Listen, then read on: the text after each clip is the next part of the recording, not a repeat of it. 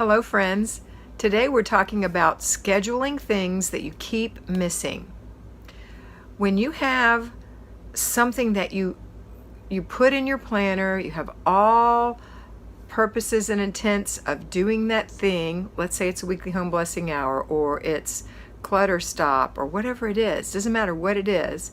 And at the end of the day, you didn't do it. You looked at your planner that morning. You looked at your planner the night before, but still that night when you look at it, you think, oh man, I didn't do this thing. Why is that happening? Especially if it happens over and over, and I'll tell you why. The reason it didn't happen is because you didn't schedule it. Yes, it's in your planner. So it could be in your planner. Let me show you an example. It could be in your planner.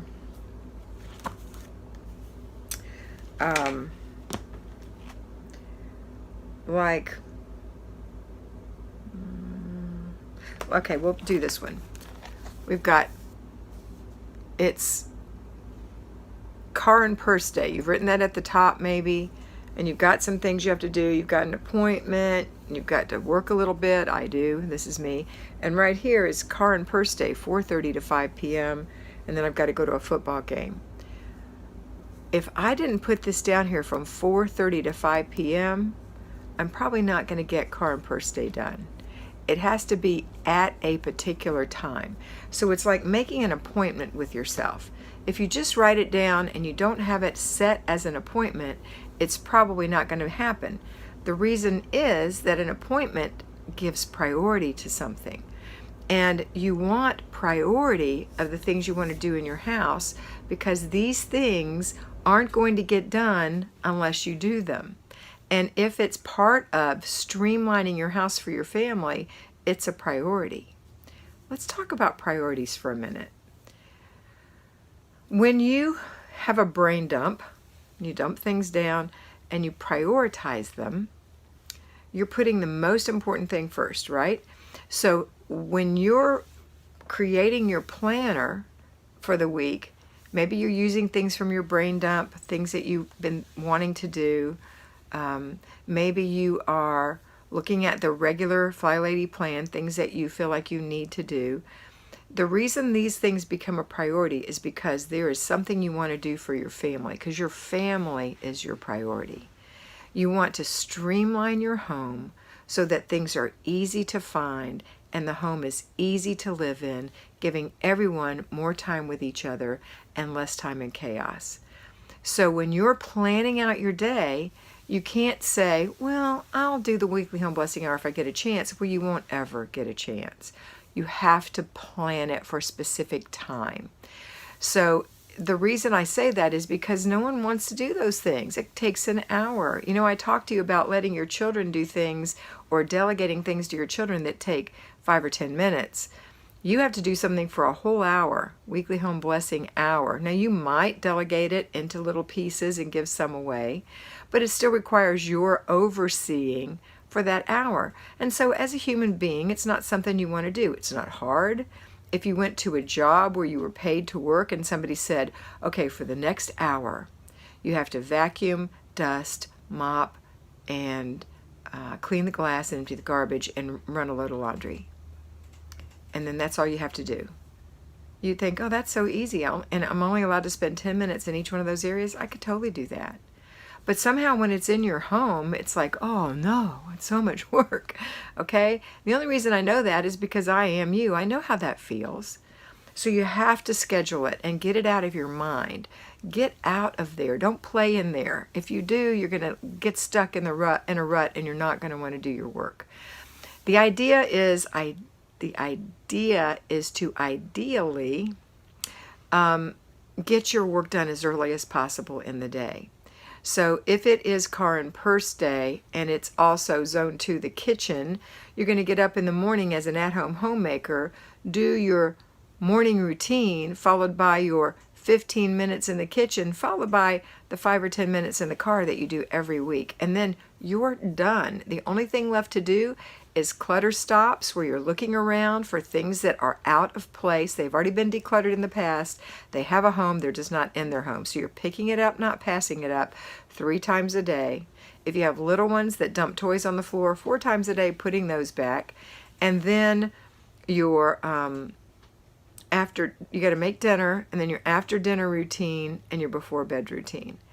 That's all you have left to do. And those things need to be done every day. You don't want to be that woman who serves dinner to her family and leaves the dishes in the sink to soak overnight. Because guess what that makes you? That woman who has to go into that filthy kitchen in the morning and put her hands into that cold, greasy water and deal with those gross dishes. I don't want you to be that woman.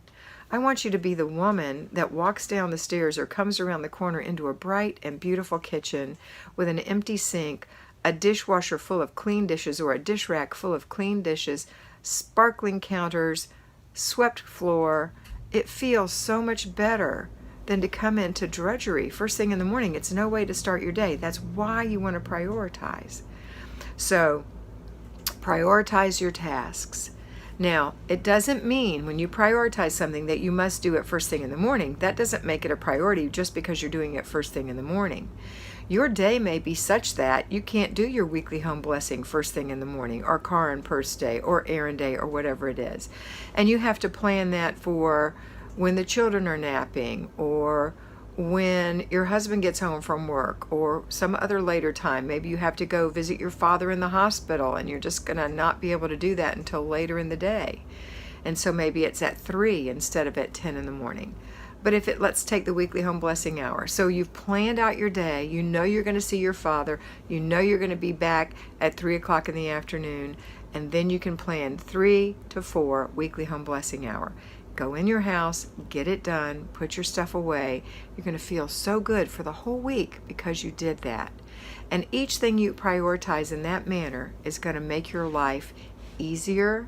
It's going to make your life more streamlined. It's going to make your family calmer. Number one, you're going to feel better. And when you feel better, you set the pace for the whole house. So start prioritizing. Prioritizing the work in the FlyLady system. Prioritize that first. Then you're going to have those brain dumps. You're going to have to prioritize those too. Do you know what those are? That's when you think of things when you're walking around and you say, oh no, I got to do that. When am I going to do that? You write it in your planner so that later on you can say, oh, I put these things in my planner. Let's see, that thing needs to be done when I'm in the living room. Let me go to the next time we're in zone 5 and write it down for one of my days.